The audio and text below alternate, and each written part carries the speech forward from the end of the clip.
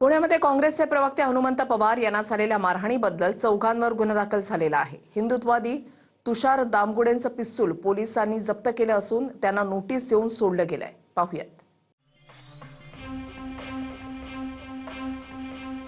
काँग्रेस प्रवक्ते हनुमंत पवार यांना मारहाण करणाऱ्या हिंदुत्ववादी तुषार दामगुडेंना पोलिसांनी नोटीस देऊन सोडून दिलं। त्यांच्यासह तिघांवर पुणे पोलिसांनी मारहाणीबद्दल गुन्हा दाखल केलाय। त्यासह दामगुडेंकडे असणारी बंदूक सुद्धा जप्त करण्यात आली।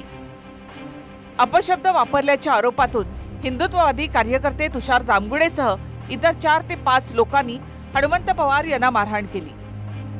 मारहाणीच्या वेळी तुषार दामगुडेच्या कमरेला बंदूकही होती, त्यावरून आरोप प्रत्यारोप होऊ लागले आहेत। आणि कालच्या डिबेटमधनं बाहेर पडत असताना त्याने पुन्हा एकदा तू खूप हिंदुत्ववाद करतो, नक्षलवाद करतो, तुला ठोकतोच असं म्हटलं। बाहेर आल्यानंतर मी त्याला खुलासा विचारला जवळ बोलून, तर पुन्हा एकदा त्याने ते आरे रावीची भाषा आणि आई बहिणीवरून त्यांनी शिवीगाळ केली। यांनी मला बाहेर बोलावून, माझा फोन चालू होता, मी गाफील होतो, माझ्या प्रदेशाध्यक्षांचा फोन आला होता, मला शिवी देऊन बोलावून घेतलं, माझा फोन चालू होता। तर ते हर्षवर्धन सपकाळ तुझा बाप आहे का भाऊ आहे, त्याची बाजू तू का घेतो आणि भाजपाच्या विरोधात का बोलतो, शिवाजी महाराजांच्या विषयावर चर्चा होती। हरियाणामधला भारतीय जनता पक्षाचा आमदार शर्मा नावाचा, त्यानं छत्रपती शिवाजी महाराजांचा फोटो त्याच्या हॉटेलमधल्या टॉयलेटच्या समोर लावला होता। त्याचा निषेध म्हणून मी डिबेटमध्ये भगतसिंग कोश्यारी, प्रशांत कोरटकर, राहुल सोलापूरकर, श्रीपाद छिंदम ही सगळी कशी भाजपाची मंडळी शिवाजी महाराजांचा अपमान करतायत हे मी पाढा वाचला।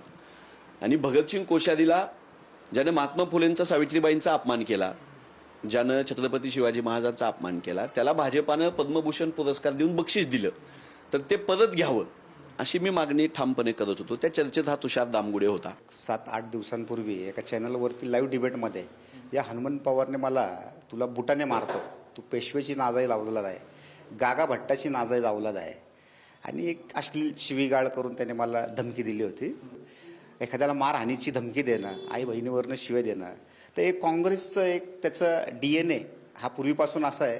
कारण जेव्हा गांधींची हत्या झाली, त्यांनी हजारो ब्राह्मणांची हत्या करून त्यांची घरं लुटली आणि त्याच्यामध्ये खुद्द सावरकरांचे बंधू देखील मृत्युमुखी पडले। त्यांना आज वाटतंय की ह्या प्रकारचं आम्ही असं करू शकतो परत एकदा, तर आम्ही छत्रपती शिवाजी महाराजांचे अनुयायी आहे, आम्ही असं काही गैरप्रकार चालून देणार नाही। टीव्ही चर्चेच्या डिबेटमध्ये दोघांमध्ये शाब्दिक वाद झाले, त्यावरून मारहाणीचा प्रकार घडला। याबद्दल पुणे पोलीस पुढे काय कारवाई करतात हे पाहणं महत्त्वाचं आहे।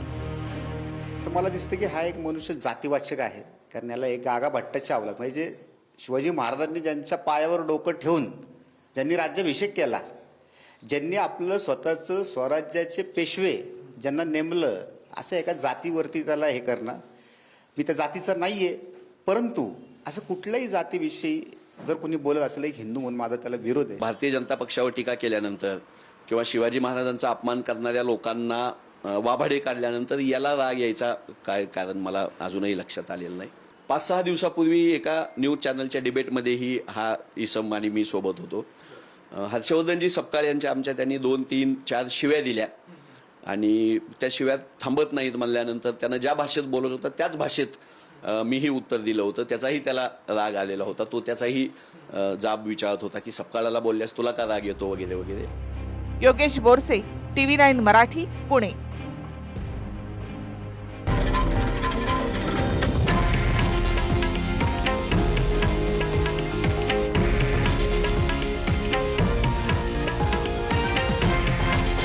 हे आहे देशातील नंबर 1 न्यूज नेटवर्क आणि आपण पाहत आहात TV9 मराठी, एकमेव।